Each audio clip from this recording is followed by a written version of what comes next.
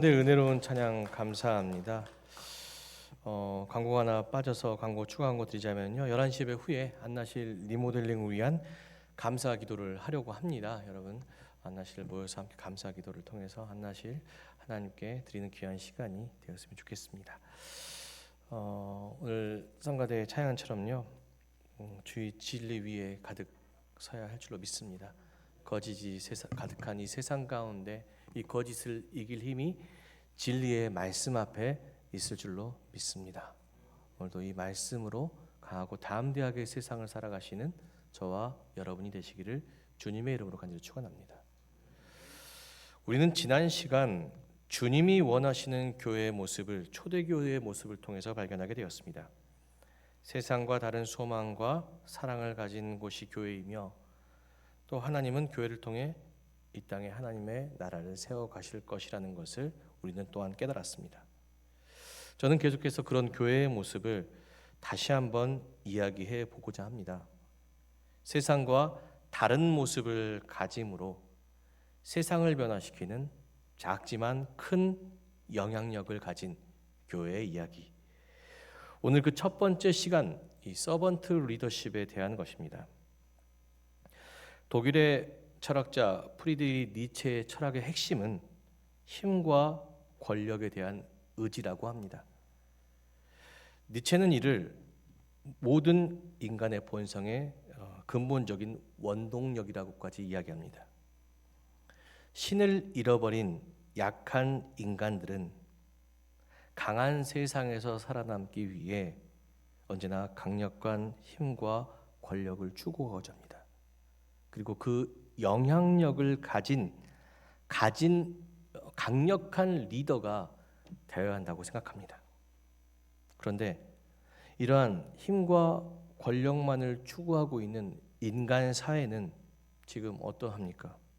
날로 갈등이 심각해져 가고 있지 않습니까? 힘의 충돌이 심각해져 가고 있지 않습니까?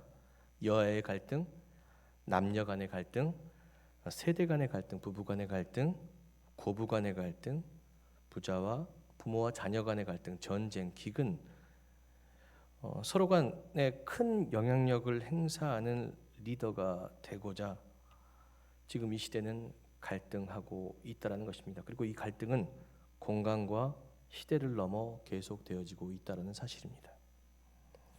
그리스도의 몸된 교회도 다르지 않습니다. 수많은 한국 교회의 갈등 역시 교회 내에서 힘과 권력에 대한 의지를 하고 있기 때문이라고 생각합니다. 직분을 통해 혹은 세상에 가진 물질과 권력이 가지는 권위를 통해 교회에서 큰 영향력을 행사하는 리더가 많아지고 있습니다. 그들로 통해서 그들의 리더십을 통해서 교회가 갈등되고 분열되는 이러한 모습들을 자주 관찰할 수 있었다는 것입니다. 오늘 예수님의 제자들도 그러한 모습을 하고 있습니다.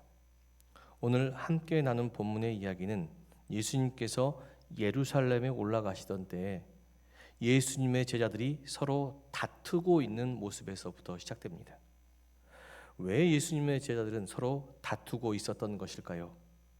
그 다툼의 발단은 세데베의 두 아들의 어머니의 요청에서부터 시작됩니다. 그 요청은 이러했습니다. 예수님이 예루살렘에 가실 때 자신의 두 아들을 예수님의 좌우편에 세워달라는 요청이었습니다. 이 요청으로 인해 예수님의 제자들은 서로 화를 내며 예수의 제자 중에 누가 큰 자리에 앉아야 하는지에 대해서 논하며 다투게 되었다는 것입니다. 권력이 그렇습니다.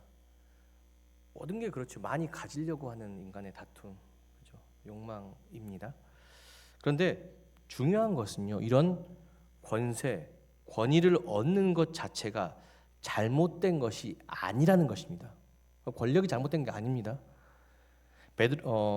예수님께서도요, 크고자 하는 제자들을 향해서 정죄하지 않으셨잖아요, 그죠? 정죄하지 않으셨어요. 크고자 하면이라고 부르셨지, 크고자 한 것이 잘못된 것이다 이렇게 하시지 않으셨고요. 사도 바울 역시 로마서 13장 1절에 보면은요, 무슨 말씀이 있냐면 모든 권세가 하나님이 주시는 것이기에 그 자체가 나쁜 것이 아니라고 전하고 있습니다. 하나님은 모든 그리스도인들이 세상에서나 교회에서나 권위를 가진 리더가 되기를 원합니다. 베드로전서 2장 9절의 말씀입니다. 그런 말씀 있지 않습니까? 너희는 택하신 족속이요 왕 같은 제사장들이다. 그렇죠? 예. 우리가 리더가 되어야 한다는 것입니다. 그런데 중요한 것이 있습니다. 중요한 것은 예수님의 좌우편에 앉는 그 권위를 갖는 것이 아니라 그 권위의 자리에서 내게 맡겨진 공동체를 어떻게 이끌고 가야 되는지 이것을 고민해야 한다는 것입니다. 새로운 리더십을 가지고 세상의 리더십이 아니에요. 힘과 권력을 추구하고 함으로써 갈등을 야기하는 세상의 리더십이 아니라 예수님께서 말씀하신 리더십을 가지고 가정 공동체를 이끌고 교회 공동체를 이끌고 세상 공동체를 이끌므로 그 공동체, 내가 속한 공동체를 나를 통하여서 평화롭게 하고 나를 통하여서 화목하게 만들라는 것이 바로 예수 그리스도의 뜻이라는 것입니다. 그렇다면 예수님께서 말씀하신 리더십은 어떤 리더십일까요? 예수님께서 말씀하신 첫 번째 리더십은 종의 리더십입니다. 오늘 말씀에서 예수님은 예수님 안에서 으뜸되고자 하는 자, 리더가 되기를 원하는 자는 섬김 받는 자가 아니라 종이 되어 섬기는 자가 되어야 한다고 이야기하고 있습니다. 정통적인 리더는 어떤 모습입니까? 25절 말씀에 보면요, 이방인의 집권자들이 그들을 임의로 주관하고 그 고관들이 그들에게 권세를 부릴 줄을 너희는 알거니와 예수님께서 그렇게 말씀하신 부분이 있습니다. 이 전통적인 리더는 힘과 권력을 통해서 영향력을 행사하는 리더입니다. 예수님 당시에 예를 들자면 로마 황제가 그렇지 않습니까? 로마 황제는요, 강력한 군사력과 힘을 통해서 로마뿐 아니라 모든 나라를 통솔하는 리더였습니다. 엄청 모든 길이 로마로 통한다지 않습니까? 그죠? 그런데 이런 로마 황제가 이끄는 로마의 역사는 어떠했습니까? 끊임없는 반란 그리고 분쟁, 저항이 가득했어요. 왜 그랬습니까? 강력한 황제의 힘, 이게 영원하지 않아요. 영원하지 않습니다. 언젠가는 쇠퇴할 때가 있고 또 새로운 힘이 등극해요. 새로운 힘이 등극하면서 황제는 어떻게 돼요? 반란이 일어나고 암살당해요. 로마의 역사가 그렇지 않습니까? 그죠? 또 힘으로 억압당하는 사람들은 가만히 있어요. 억압과 차별을 경험했던 사람들이 저항하기 시작해요. 저항, 끊임없이 저항해요. 결국 로마의 역사는요, 갈등과 분쟁의 역사로 마무리되었다는 것입니다. 예수님은 이런 전통적인 리더십에서 완전히 벗어난 종의 리더십, 서번트 리더십을 강조합니다. 서번트 리더십이랑 리더가 모든 구성원의 섬기는 종이 되어서 그들의 부족하고 연약한 부분을 채워주고 이끌어가는 리더십을 의미합니다. 자, 칸트가 얘기했을 때 왜 인간은 힘과 권력을 추구하고 있다고요? 그들이 연약하기 때문이에요. 이 연약함만을 보완할 수만 있다면 인간은 힘과 권력을 추구하는, 더 이상 힘과 권력을 추구함으로 갈등하는 존재가 되지 않다라는 것입니다. 어떻게 할 수 있습니까? 그들의 연약함과 부족함을 보완해 주어야지요. 누군가가 종이 되어서. 예수님께서는 그런 리더십을 가지셨습니다. 예수님은 그를 따르는 연약하고 가난한 이들을 먼저 섬기셨습니다. 아파하면 치료해 주셨고 배고파하면 오병이어를 통해서 먹을 것을 먹이셨고 그들의 죄를 대신 감당하는 십자가도 짊어지시고 대신 죽으셨습니다. 종이 되어 우리를 먼저 섬기신 예수님을 통해 우리가 무엇을 경험했습니까? 회복과 나음을 경험했지 않습니까? 그가 찔리심으로, 그가 상처받으심으로 우리가 회복과 나음을 얻었지 않습니까? 더 이상 힘과 권력을 추구하지 않아도 예수 안에서의 사랑과 섬김만 있어도 연약한 내가 이 세상을 담대하게 살 수 있다라는 것입니다. 더 이상 다투거나 갈등하지 않아도, 리더가 되지 않아도 예수 안에서 모두가 행복하게 살 수 있었다는 것입니다. 예수님은 이 종의 리더십을 통해 우리를 회복과 나음의 길로 이끄셨습니다. 그런데 중요한 것이 있어요. 이 종의 리더십을 할 수 있었던 것은 무엇입니까? 그 동력은 무엇입니까? 바로 예수님께서 자신보다, 자기 몸보다 우리를 더 사랑하셨다는 것입니다. 서번트 리더십은 이런 예수의 사랑에 매여 나보다 다른 이웃을, 나보다 하나님을 더 사랑하는 마음으로 종의 역할을 감당해내는 리더십입니다. 그리하여 우리의 속한 가정과 세상 교회를 변화시켜가는 것입니다.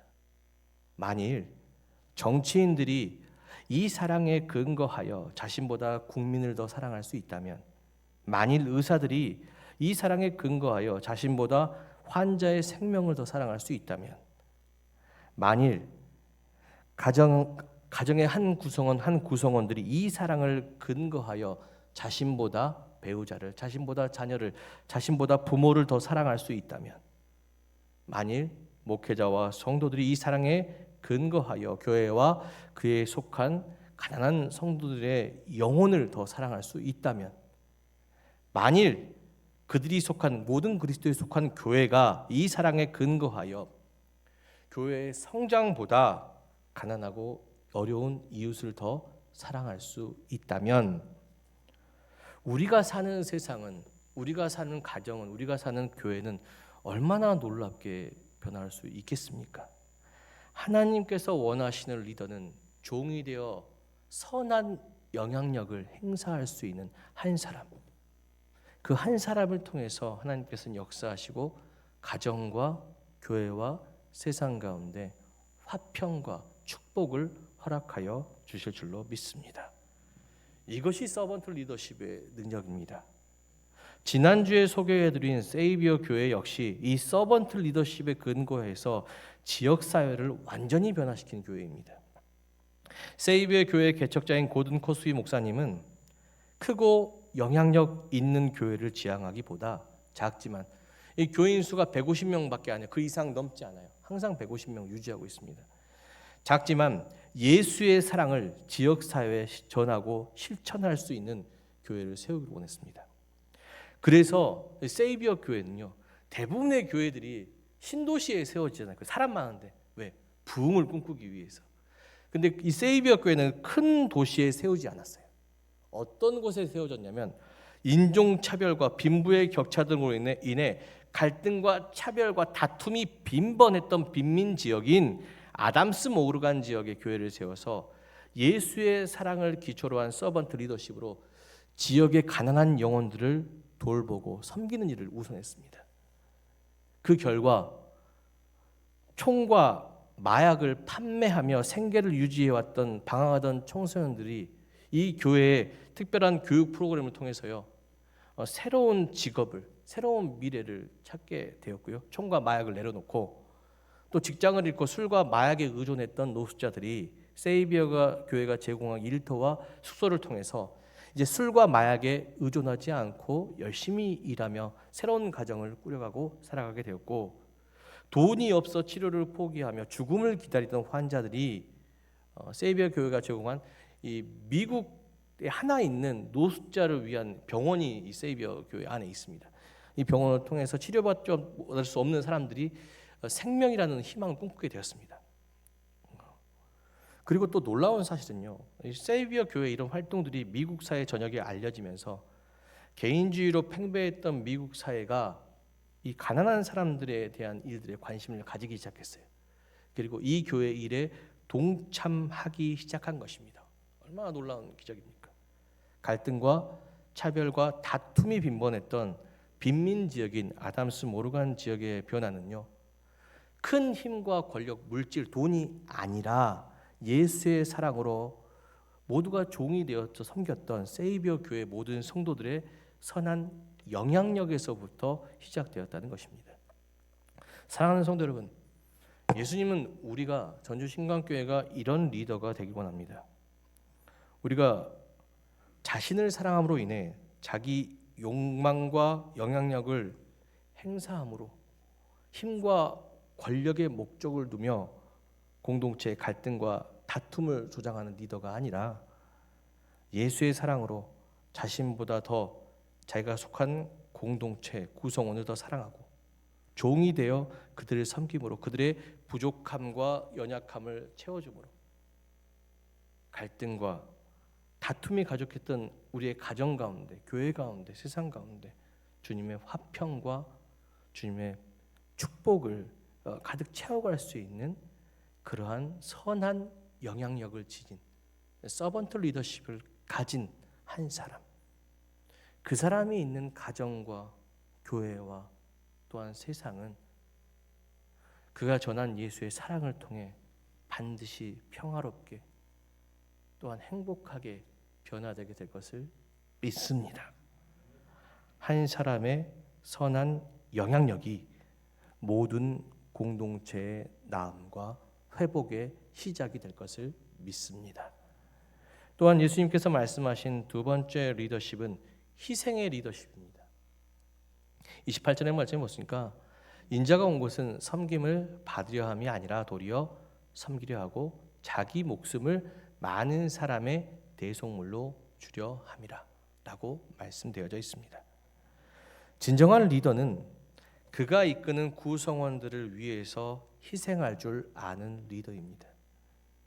예수님은 세대배의 두 아들의 어머니가 예수님의 좌우편의 자리를 요구할 때 어머니에게 그리고 두 아들에게 다음과 같은 말씀을 하십니다. 오늘 묵상하지 않았지만요, 마태복음 20장 22절의 말씀 우리가 함께 천천히 묵상해 보겠습니다. 예수께서 대답하여 이르시되 너희는 너희가 구하는 것을 알지 못하는도다. 내가 마시는 잔을 너희가 마실 수 있느냐? 그들이 말하되 할 수 있나이다. 예수님은 예수님의 좌우편에 앉기 원하는 세대배의 두 아들에게 예수님의 잔을 마실 수 있겠느냐고 물으셨습니다. 그런데 그 두 아들은 뭐라고 너무 쉽게 네 그럴 수 있습니다. 이렇게 얘기했지요. 그런데 중요한 게 있어요. 예수님이 내리는 잔이 어떤 잔이냐는 것입니다. 이 잔은 무엇입니까?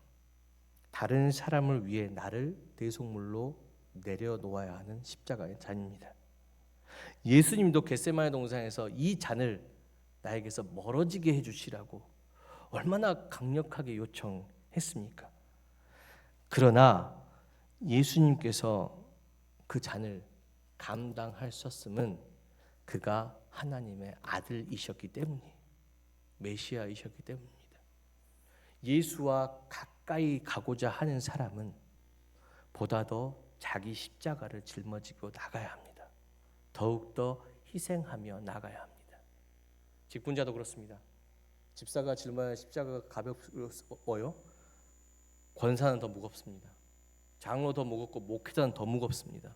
왜? 점점 더 예수님의 우리의 직분은 세상의 높낮임이 아니라니까요.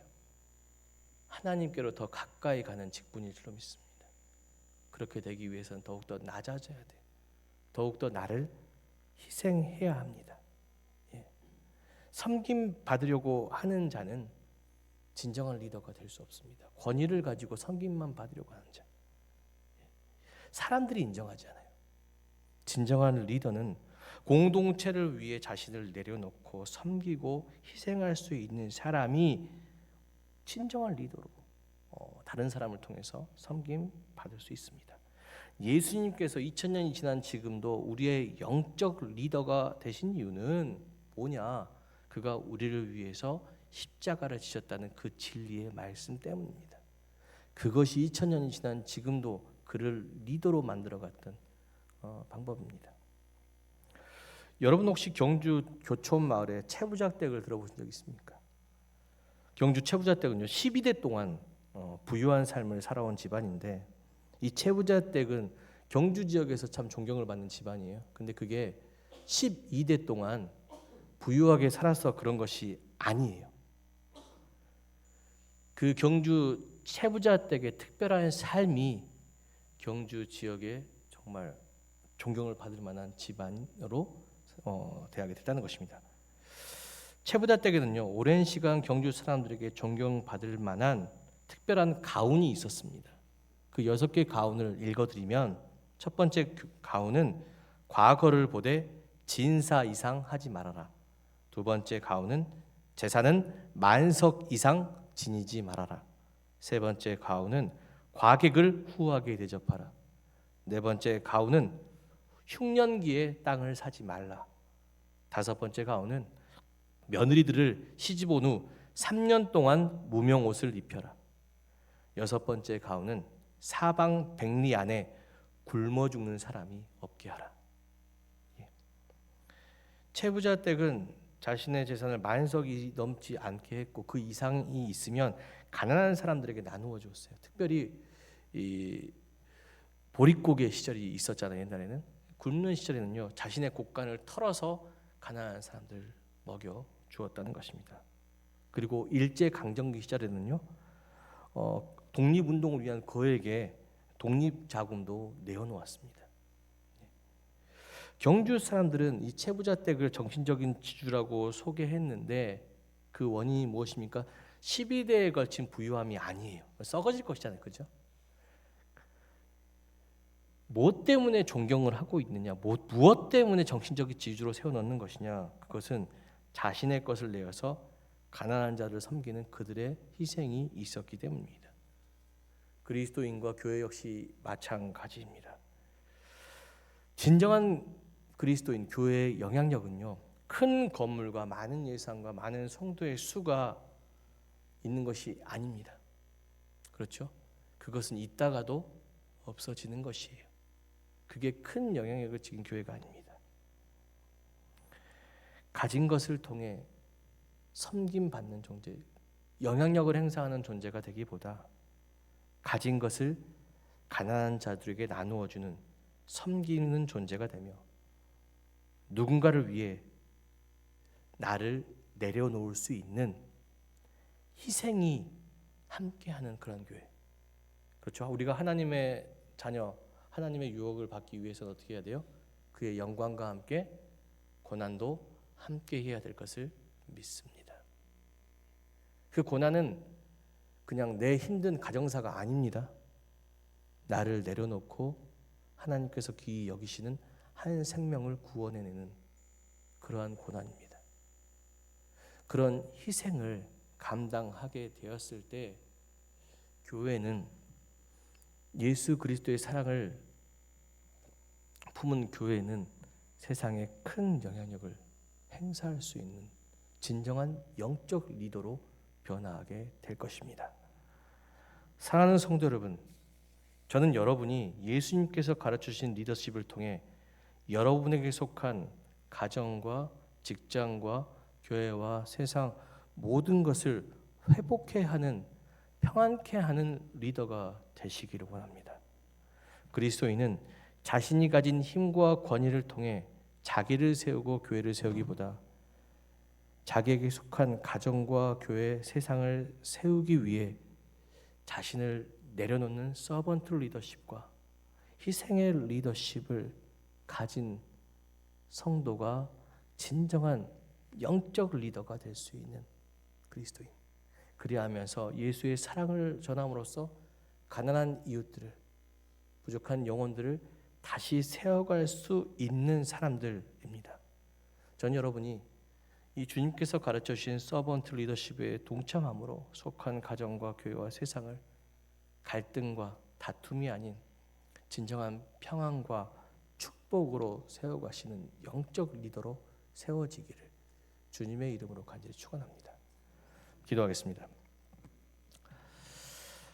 사랑과 은총의 주님, 우리가 세상의 집권자와 같이 내 힘과 영향력을 행사하며 다른 사람 위에 군림하고 다툼과 갈등을 조장하는 리더가 되지 않게 하여 주시옵소서.